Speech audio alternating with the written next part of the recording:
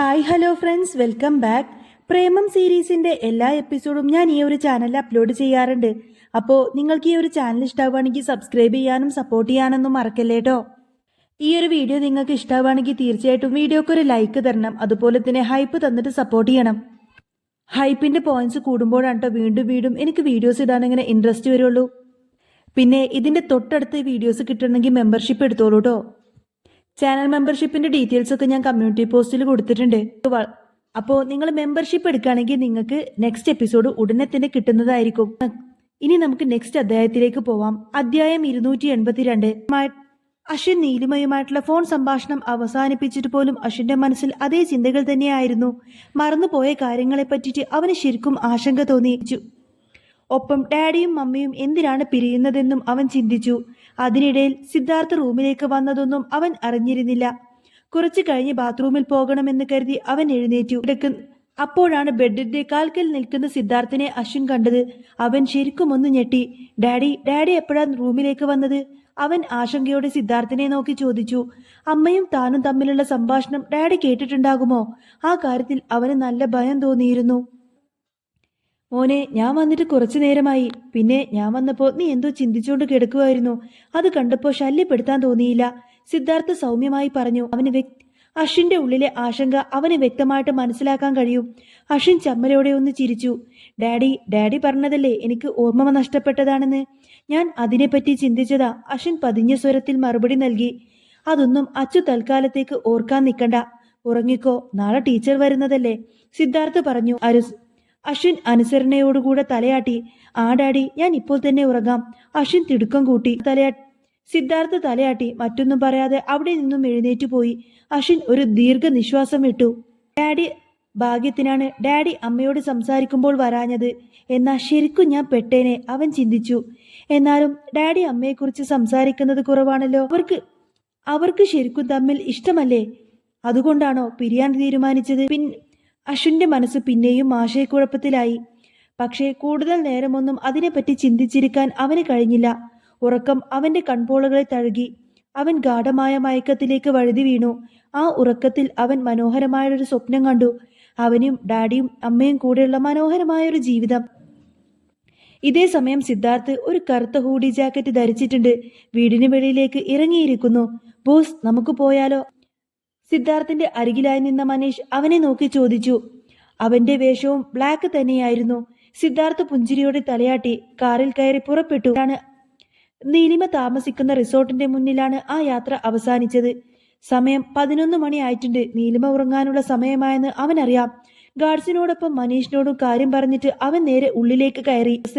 ഇന്നും കഴിഞ്ഞ ദിവസത്തെ അതേ ആവർത്തനം തന്നെയായിരുന്നു. നീലിമയുടെ റൂമിൽ കയറിയതും സിദ്ധാർത്ഥ് അവൾക്കൊപ്പം കയറി കിടന്നു. പിന്നെ അവൾ നല്ല ഉറക്കത്തിലാണെന്ന് മനസ്സിലാക്കി. അവൻ കൈകളാൽ അവനെ ചുറ്റിപ്പിടിച്ചു. ഉറക്കത്തിൽ ഇടയ്ക്കിടെ തിരിഞ്ഞു നോക്കിയതല്ലാതെ അവൾ ശാന്തമായ ഗാഢനിദ്രയിൽ തുടർന്നു. ഇന്ന് സിദ്ധാർത്ഥിനും നല്ല ഉറക്കം വരുന്നുണ്ടായിരുന്നു. ഇന്നലെ അവൾ എങ്ങാനും ഉറങ്ങുമോ എന്ന് ഭയന്ന് അവൻ മുഴുവൻ ഉറക്കമൊഴിച്ചതാണല്ലോ. അതുകൊണ്ട് അവൻ അറിയാതെ തന്നെ അങ്ങ് ഉറങ്ങിപ്പോയി. വളരെ ശാന്തമായ ഒരു രാത്രിയായിരുന്നു അത്. മറ്റു എല്ലാ പ്രശ്നങ്ങളും മറന്ന് അവർ ഇരുവരും സുഖമായി ഉറങ്ങി. മനീഷ് അവിടെ തന്നെ പുറത്ത് കാറിൽ കിടന്നു. ഈ ബോസിന് നീലിമ മേഡത്തെ വീട്ടിലേക്ക് കൊണ്ടുപോയി കൂടെ? എന്തിനാന്നാവോ ഇങ്ങനെ ഒളിച്ചും പാത്തൊക്കെ ഇവിടെ വന്ന് കിടന്നുറങ്ങുന്നത്? ബോസിന്റെ പിരി ഇളകിയെന്ന് തോന്നുന്നു. വെറുതെ മനുഷ്യന്റെ ഉറക്കം കളയാനെന്നൊക്കെ മനീഷ് ചിന്തിച്ചു. പിറ്റേ ദിവസം രാവിലെ 5 മണിക്ക് തന്നെ സിദ്ധാർത്ഥ് കണ്ണു തുറന്നു. അവൻ അതൊരു ശീലമായതുകൊണ്ട് തന്നെ പെട്ടെന്ന് അന്തരീക്ഷവുമായി അവൻ പൊരുത്തപ്പെട്ടിരുന്നു. അവൻ സുഖമായി ഉറങ്ങുന്ന നീലിമയെ നോക്കി. സിദ്ധാർത്ഥിന് നല്ല വിഷമവും നിസ്സഹായതയും തോന്നി. അവളെ വിട്ടുപോകാൻ മനസ്സ് അനുവദിക്കുന്നില്ല. പക്ഷേ പോകാതെ തരമില്ലല്ലോ. അതുകൊണ്ട് സ്വയം ശാന്തനായി അവൻ വേഗം അവിടെ നിന്നും പുറപ്പെട്ടു. അല്ലെങ്കിൽ ഒരു പക്ഷേ എല്ലാം മറന്ന് അവളുടെ കൂടെ റൂമിൽ തന്നെ കഴിയാൻ തോന്നും. പുറത്തേക്ക് ഇറങ്ങി വരുന്ന സിദ്ധാർത്ഥിന്റെ മുഖം മനീഷ് ശ്രദ്ധിച്ചിരുന്നു. വല്ലാത്തൊരു നിരാശ. അത് എന്തുകൊണ്ടാണെന്ന് അവൻ ഊഹിക്കാൻ കഴിഞ്ഞിരുന്നു. സിദ്ധാർത്ഥ് മുന്നോട്ട് വന്ന് കാറിന്റെ കോ ഡ്രൈവർ സീറ്റിലേക്ക് കയറി. പിന്നെ കണ്ണടച്ച് ചാഞ്ഞിരുന്നു. ബോസ്, എനിക്ക് മനസ്സിലാവാത്തൊരു കാര്യമുണ്ട്. വണ്ടി മുന്നോട്ട് എടുക്കുന്നതിന്റെ ഇടയിൽ മനീഷ് പറഞ്ഞു. എന്താ? സിദ്ധാർത്ഥ് കണ്ണു തുറക്കാതെ തന്നെ ചോദിച്ചു. ബോസ്, നമ്മളിപ്പോ മാഡത്തിനെ കണ്ടെത്തിയില്ലേ? ഇനി നമുക്ക് അവരെ വീട്ടിലേക്ക് കൊണ്ടുപോയി കൂടെ? മനീഷ് മടിയോടെ ചോദിച്ചു. സിദ്ധാർത്ഥ് കണ്ണു തുറന്ന് ഒരു പുഞ്ചിരിയോടെ അവനെ നോക്കി. ഞാൻ ഇവിടെ മീൻ പിടിക്കുകയാണ് മനീഷ്. സിദ്ധാർത്ഥ് പറഞ്ഞതും കേട്ട് മനീഷ് ആശയക്കുഴപ്പത്തോടെ അവനെ നോക്കി. ശരിക്കും സിദ്ധാർത്ഥിന്റെ പിരി ഇളകിപ്പോയോ എന്ന് അവന് തോന്നി. പക്ഷേ ഒന്നുകൂടി അതിനെപ്പറ്റി ചിന്തിച്ചപ്പോഴാണ് സിദ്ധാർത്ഥ് പറഞ്ഞതിന്റെ ശരിയായ അർത്ഥം മനീഷിന് മനസ്സിലായത്. തൊട്ടടുത്ത നിമിഷം തന്നെ അവന്റെ കണ്ണുകൾ വിടർന്നു. അതെ, നീലിമയെ ഭീഷണിപ്പെടുത്തുകയും തരം കിട്ടുമ്പോഴൊക്കെ ഉപദ്രവിക്കുകയും ചെയ്തിരുന്ന ആളാണ് ബോസ് പിടിക്കാൻ ആഗ്രഹിച്ച ആ മീൻ. ആ ശല്യം മുഴുവനായാൽ മാത്രമേ ബോസിന് നീലിമയ്ക്കൊപ്പം സമാധാനമായിട്ട് ജീവിക്കാൻ കഴിയൂ. അതൊരു പക്ഷേ അവളാവാം, ആ ലാവണ്യത്. മനീഷ് അങ്ങനെയൊക്കെ മനസ്സിൽ കരുതിയെങ്കിലും അതൊന്നും ചോദിച്ചില്ല. അന്നേ ദിവസം രാവിലെ നീലിമ മെല്ലെ ഉണർന്നത്. ഇന്നൊരൽപ്പം വൈകിയാണ് ഉണർന്നതെന്ന് അവൾക്ക് തോന്നി. 2 ദിവസമായി നല്ല പോലെ ഉറങ്ങാൻ കഴിയുന്നുണ്ട്. രാത്രി സ്വപ്നങ്ങളിലൊക്കെ ആരോ തന്റെ കൂടെ ഉള്ളതുപോലൊരു ഫീലാണ്. അവിടെ താൻ സേഫായത് കൊണ്ട് തന്നെ തനിക്ക് തോന്നുന്നതാണെന്ന് അവൾ കരുതി. ഒരു കാവൽ മാലാഖയെ പോലെ ആരോ തന്റെ കൂടെയുള്ളതുപോലൊരു തോന്നലുണ്ട് അവൾക്കിപ്പോൾ. അവൾ ഒരു പുഞ്ചിരിയോടുകൂടെ തന്നെ പിന്തിരിഞ്ഞു കിടന്നു. പതിയെ അവൾ സംശയത്താൽ നെറ്റി ചുളിച്ചു. ബെഡ്ഷീറ്റിൽ വിചിത്രമായ എന്നാൽ എന്തോ പരിചിതമായ ഒരു ഗന്ധം. അത് ആരുടേതാണെന്ന് അവൾക്ക് എളുപ്പം തിരിച്ചറിയാൻ കഴിഞ്ഞു.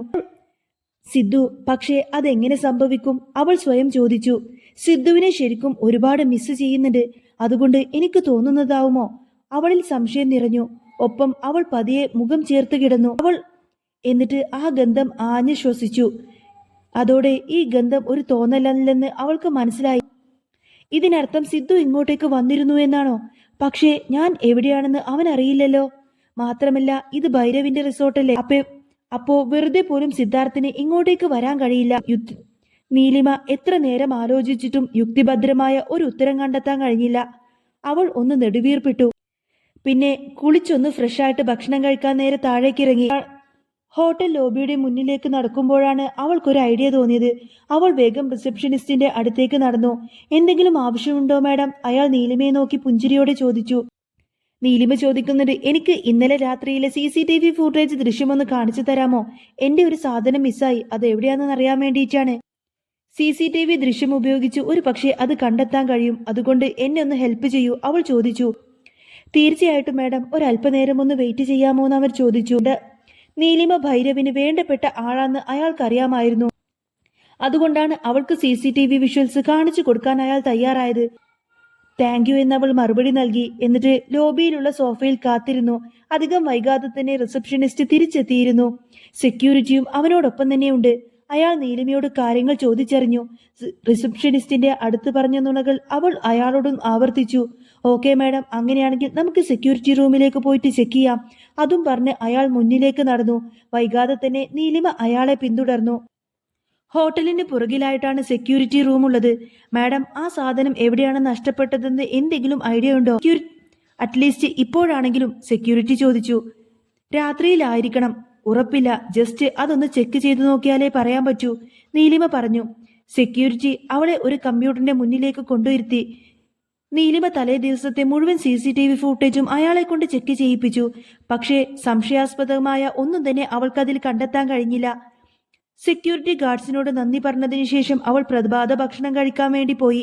യഥാർത്ഥത്തിൽ ആ ഫുട്ടേജ് എല്ലാം തന്നെ നേരത്തെ തന്നെ ഡിലീറ്റ് ചെയ്തിരുന്നു. അത് മനീഷിന്റെ പണിയാണ്. അതിന് മനീഷ് ഒരു ഹാക്കറെ ഏർപ്പാട് ചെയ്തിരുന്നു. എല്ലാം സിദ്ധാർത്ഥിന്റെ നിർദ്ദേശപ്രകാരം പെർഫെക്റ്റ് ആയിട്ട് തന്നെ ചെയ്യുന്നുണ്ടായിരുന്നു മനീഷ്. ഇതേ സമയം ലാവണ്യയുടെ വീട്ടിൽ അവൾ പതിവിലുമധികം ദേഷ്യത്തിലായിരുന്നു. എന്താ, നീലിമയെ അന്വേഷിച്ചു പോയവരെയെല്ലാം കാണുന്നില്ലെന്നാണോ? ഇതിപ്പോ എത്രാമത്തെ തവണയാണ്? നിങ്ങൾക്കെന്താ ഒരു റെസ്പോൺസിബിലിറ്റിയും ഇല്ലാത്തത്? അവൾ അലറി. ഒപ്പം കാര്യങ്ങൾ വിശദീകരിച്ച തന്റെ കീഴുദ്യോഗസ്ഥനെ അവൾ തുറച്ചു നോക്കി. അത് പിന്നെ മാഡം, എന്താണ് സംഭവിച്ചതെന്ന് മനസ്സിലാവുന്നില്ല. ഇത് പഴയതുപോലെയല്ല എന്നുള്ള കാര്യം എനിക്കുറപ്പാണ്. എല്ലാം വിശ്വസ്തരായ ആളുകൾ തന്നെയാണ്. പക്ഷേ അയാൾ പകുതിക്ക് വെച്ച് നിർത്തി. ഇനിയിപ്പോ സിദ്ധുവും അവന്റെ ആൾക്കാരും അവനെ കണ്ടെത്തിയോ? അങ്ങനെയാണെങ്കിൽ പിന്നെ ഇതിനെല്ലാത്തിനും പിന്നിൽ ഞാനാണെന്ന് സിദ്ധു മനസ്സിലാക്കില്ലേ? അവൾ ആശങ്കയോടെ പിറുപിറുത്തു. മാഡം, ഞാൻ പറഞ്ഞത് സത്യമാണ്. അവർ ചതിക്കില്ല എന്ന് ഉറപ്പാണ്. കാണാതായവരെല്ലാം മരിച്ചു എന്നാണ് എനിക്ക് തോന്നുന്നത്, അയാൾ ഭയത്തോടെ ലാവണ്യയെ നോക്കി പറഞ്ഞു. ലാവണ്യക്ക് ഭയങ്കര ദേഷ്യം വന്നിട്ട് കയ്യിൽ കിട്ടിയതെല്ലാം തന്നെ മൂക്കോടെ തന്നെ തറയിലേക്ക് വലിച്ചെറിഞ്ഞു. ലാവണ്യയുടെ ദേഷ്യം ഇരട്ടിച്ചു എന്ന് മാത്രമല്ല, അവൾ കയ്യിൽ കിട്ടിയ സാധനങ്ങളെല്ലാം തന്നെ തറയിലേക്ക് വലിച്ചെറിഞ്ഞ് നശിപ്പിച്ചു. നിങ്ങളൊക്കെ ശരിക്കും എന്തിനു കൊള്ളാം? അവൾ ക്രൂരമായി പറഞ്ഞു. ഒരു രാക്ഷസിയെ പോലെ പെരുമാറുന്ന അവളെ കണ്ടിട്ട് അയാൾ ഭയന്ന് വിറച്ചു ഓടും. പക്ഷേ അവിടെ നിന്നും രക്ഷപ്പെട്ട് ഓടിപ്പോവാനൊന്നും അയാൾക്ക് കഴിയുമായിരുന്നില്ല. എല്ലാം സഹിച്ച് നിസ്സഹായതയോടെ അയാൾ നിശബ്ദനായി തുടർന്നു. അല്ല, ആരാണിത് ചെയ്തതെന്ന് നിങ്ങൾ കണ്ടെത്തിയോ? അല്പം ശാന്തമായപ്പോൾ ലാവണ്യ വീണ്ടും ചോദിച്ചു. മാഡം, അതിനെ പറ്റിയിട്ടൊന്നും അറിയില്ല. പക്ഷേ അത് ഭൈരവിന്റെ സ്ഥലമാണ്. ഒരു പക്ഷേ അയാളാകും ഇതിനെയൊക്കെ പിന്നിൽ. പിന്നെ മറ്റൊരു കാര്യം കൂടിയുണ്ട് മാഡം. സിദ്ധാർത്ഥ സേടിന്റെ ബോഡി ഗാർഡ്സും അവിടെ ആ പരിസരത്ത് പലപ്പോഴും കണ്ടിരുന്നു. അയാൾ അത് പറഞ്ഞതോടുകൂടി തന്നെ ലാവണ്യയുടെ മുഖം വിളറി. ഓ, സിദ്ധുവിന്റെ ആൾക്കാർക്ക് അപ്പോ ശരിക്കും എന്നെ സംശയിക്കുന്നു. എന്നാ പിന്നെ എന്റെ ആൾക്കാരെ കണ്ടെത്തിയത് സിദ്ധുവിന്റെ ആൾക്കാർ തന്നെയാണോ? അങ്ങനെയാണെങ്കിൽ കാര്യങ്ങൾ കുറച്ച് കോംപ്ലിക്കേറ്റഡ് ആവുമല്ലോ. ലാവണ്യ ഭയത്തോടെ ചിന്തിച്ചു. ഒപ്പം തളർച്ചയോടെ അവൾ നേരെ സോഫയിലേക്ക് വീണിരുന്നു. ബാക്കിയുള്ള ആൾക്കാരോട് എത്രയും പെട്ടെന്ന് തന്നെ അവിടെ നിന്നും മാറാൻ പറ. സിദ്ധുവിന്റെ ആൾക്കാർ അവരെ ഒരിക്കലും കണ്ടെത്താൻ പാടില്ല. അത് പിന്നെ കൂടുതൽ പ്രശ്നങ്ങളിലേക്ക് നമ്മളെ കൊണ്ടെത്തിക്കും. നിനക്ക് മനസ്സിലായോ? അല്പനേരത്തിന് ശേഷം അവൾ പറഞ്ഞു. അയാൾ ഏതായാലും രക്ഷപ്പെട്ടതുപോലെ തലയാട്ടി അവിടെ നിന്നും നടന്നു നീങ്ങി. ഇത്തവണ ശരിക്കും താൻ പരാജയപ്പെട്ടതുപോലെ ലാവണ്യക്ക് തോന്നി. ഇപ്പോൾ ഹേമന്ത് തന്നെ ഭീഷണിപ്പെടുത്തിയപ്പോൾ പോലും അവൾക്ക് അങ്ങനെയൊന്നും തോന്നിയിരുന്നില്ല. അവനെ ഒതുക്കാൻ കഴിയുമെന്നായിരുന്നു വിശ്വാസം. പക്ഷേ ഈ നിമിഷം അവളുടെ ശരീരമാകെ ഭീതി വിളർന്നു. ഇതിനെല്ലാത്തിനും പിന്നിൽ ഭൈരവ് ആവണമെന്ന് അവൾ അതിയായി ആശിച്ചു. അയാളെ വേണമെങ്കിൽ തനിക്കെതിരായി നിർത്താം. പക്ഷേ എതിർവശത്ത് സിദ്ധാർത്ഥാണെങ്കിൽ ഒരടി പോലും ചലിക്കാൻ കഴിയില്ല. എത്രയും പെട്ടെന്ന് ഈ വിവാഹം നടത്തണം. എങ്കിൽ മാത്രമേ ഈ പ്രശ്നങ്ങളിൽ നിന്നെല്ലാം തന്നെ തനിക്ക് രക്ഷപ്പെടാൻ കഴിയുള്ളൂ. സിദ്ധാർത്ഥിന്റെ ഭാര്യയായി കഴിഞ്ഞാൽ പിന്നെ അവൻ ഒരിക്കലും തന്നെ ഒന്നും ചെയ്യില്ല. കാരണം തനിക്ക് എന്തെങ്കിലും സംഭവിച്ചാൽ അത് സിദ്ധാർത്ഥിന്റെ കുടുംബത്തെ മൊത്തം ബാധിക്കുമെന്ന് ലാവണ്യ മനസ്സിൽ കണക്കുകൂട്ടി. വിവാഹം ഉറപ്പിച്ചതു മുതൽ ഇന്നേ വരെ സിദ്ധാർത്ഥ തന്നോട് മര്യാദക്കൊന്ന് സംസാരിച്ചിട്ട് പോലുമില്ല. വിവാഹ വസ്ത്രം പോലും ഇന്നേ വരെ വാങ്ങിച്ചിട്ടില്ല. എൻഗേജ്മെന്റ് ഫോട്ടോയോ കയ്യിൽ എൻഗേജ്മെന്റിന്റെ റിങ്ങോ ഒന്നും തന്നെ ഇല്ല. ഈ രീതിയിൽ പോയാൽ പിന്നെ കാര്യങ്ങളൊക്കെ എങ്ങനെ ശരിയാവും? ലാവണ്യക്ക് ശരിക്കും ഇതൊക്കെ ചിന്തിച്ചിട്ട് ഭ്രാന്ത് പിടിക്കുന്നത് പോലെ തോന്നി. ഗീതാമ്മയെ കാണാൻ അവൾ പെട്ടെന്ന് തന്നെ തീരുമാനിച്ചു. ഇപ്പോഴത്തെ സാഹചര്യത്തിൽ അതായിരിക്കും നല്ലത് എന്നൊക്കെ ചിന്തിച്ചുകൊണ്ട് തന്നെ ലാവണ്യ നല്ല വസ്ത്രം ധരിച്ച് അണിഞ്ഞൊരുങ്ങി ഒരു പെർഫെക്റ്റ് ഇമേജ് സൃഷ്ടിച്ചുകൊണ്ട് അവൾ വേഗത്തിൽ തന്നെ ഗീതാമ്മയുടെ വീട്ടിലേക്ക് പോയി. അതേസമയം ഗീതാമ്മ വീട്ടിൽ ചെടികൾക്ക് വെള്ളം നനച്ചുകൊണ്ടിരിക്കുകയായിരുന്നു. വീട്ടിലെ സെർവന്റ് അവൾക്കരികിലേക്ക് എന്നിട്ട് ലാവണ്യ വന്ന വിവരം ഗീതാമ്മയെ അറിയിച്ചു. ഗീതാമ്മ വളരെയധികം സന്തോഷത്തോടു കൂടി തന്നെ ചെയ്യുന്ന പണിയെല്ലാം നിർത്തി. പിന്നെ വേഗം തന്നെ ലിവിംഗ് റൂമിലേക്ക് നടന്നു. ആന്റി തിരക്കിലാണോ? ഞാൻ പെട്ടെന്ന് ആന്റിയെ ഒന്ന് കാണാൻ തോന്നിയപ്പോ വന്നതാ. കുഴപ്പമില്ലല്ലോ? അവൾ മധുരമായ ശബ്ദത്തിൽ ചോദിച്ചു. എന്തൊക്കെ മോളെ ഈ പറയുന്നത്? എനിക്ക് എന്ത് കുഴപ്പം? മോള് വന്നതിൽ എനിക്ക് സന്തോഷം മാത്രമല്ലേ ഉള്ളൂ. ഈ പകൽ സമയത്തൊക്കെ ഇവിടെ ഞാൻ ഒറ്റയ്ക്കല്ലേ. ആ സമയം മോളും കൂടെ ഉണ്ടെങ്കിൽ അത് നന്നായിരിക്കും. സംസാരിക്കാൻ ഒരാളായല്ലോ, ഗീതാമ്മ പുഞ്ചിരിയോടുകൂടെ പറഞ്ഞു. ഒപ്പം വാത്സല്യത്തോടെ തന്നെ കവിളിൽ തലോടി. പിന്നെ വൈകാതെ തന്നെ മോളുടെയും സിദ്ധുവിന്റെയും വിവാഹം നടക്കുവാണല്ലോ. മോൾ ഈ വീട്ടിലെ മരുമകളായി വരും. പിന്നെ നമുക്ക് എന്നും കാണാമല്ലോ. ഗീതാമ്മ അവളെയും കൂട്ടി നേരെ സോഫയിൽ ഇരുന്നു കൊണ്ട് തന്നെ പറഞ്ഞു. അവളോട് ഗീതയുടെ ഇഷ്ടം ലാവണ്യക്ക് ശരിക്കും മനസ്സിലാവുന്നുണ്ടായിരുന്നു. അവൾ ഉള്ളു തുറന്ന് സന്തോഷിച്ചു. ഇത് കേൾക്കാൻ തന്നെ ഒത്തിരി സന്തോഷം തോന്നുന്നുണ്ട്. പക്ഷേ ലാവണ്യ പാതിയിൽ പറഞ്ഞു നിർത്തി. പെട്ടെന്ന് അവളുടെ മുഖത്ത് ആ ദുഃഖം പടർന്നിരുന്നു. എന്തു പറ്റി മോളെ? പെട്ടെന്ന് മുഖം വല്ലാതായല്ലോ. എന്തെങ്കിലും പ്രശ്നമുണ്ടോ? ആരെങ്കിലും മോളെ വല്ലതും പറഞ്ഞോ? ഗീതാമ്മ ആശങ്കയോടെ ചോദിച്ചു. മുഖം മങ്ങിയതിന്റെ പിന്നിൽ സിദ്ധാർത്ഥ് ആയിരിക്കുമെന്ന് ഗീതാമ്മ ഊഹിച്ചിരുന്നു. കാരണം ലാവണ്യോടുള്ള സിദ്ധാർത്ഥിന്റെ മനോഭാവം എങ്ങനെയാണെന്നുള്ള കാര്യം അവർക്ക് നന്നായിട്ടറിയാം. അവർ സ്വന്തം മകളെ പോലെ തന്നെയാണ് ഇപ്പോൾ ലാവണ്യെ കാണുന്നത്. അതുകൊണ്ട് അവളെ ഓർത്ത് ഗീതാമ്മക്ക് വല്ലാത്ത വിഷമം തോന്നാറുണ്ട്. മോൾ ഏതായാലും വിഷമിക്കണ്ട. എന്താണെങ്കിലും ഈ ആന്റി അതിനെല്ലാം വൈകാതെ തന്നെ ഒരു പരിഹാരം കാണും. ആദ്യം നിന്റെയും സിദ്ധുവിന്റെയും കുറച്ച് ഫോട്ടോസ് എടുത്ത് വെക്കണം. അത് നമുക്ക് സോഷ്യൽ മീഡിയയിൽ അപ്ലോഡ് ചെയ്യണം. ഇതുവരെ നിങ്ങളെ പറ്റിയിട്ട് ഒരു ന്യൂസും മീഡിയാസിന് ലഭിച്ചിട്ടില്ലല്ലോ. അതുകൊണ്ട് ആദ്യം തന്നെ അത് നമുക്ക് ചെയ്യണം. ശരിക്കും ആന്റി, ഇത് വളരെ സന്തോഷമുള്ള കാര്യമാണല്ലോ, ലാവണ്യ പറഞ്ഞു. അതേ മോളെ, എനിക്കെപ്പോഴും നീയും എൻ്റെ മോനും എപ്പോഴും ഹാപ്പിയായിട്ട് ജീവിക്കണമെന്നാണ്. അതിനുവേണ്ടി ഈ ആന്റി എന്തും ചെയ്യും. എന്താ, എന്നെ വിശ്വാസമില്ലേ? ഗീതാമ്മ ചോദിച്ചു. ആന്റി, വിശ്വാസമുണ്ടോന്നോ?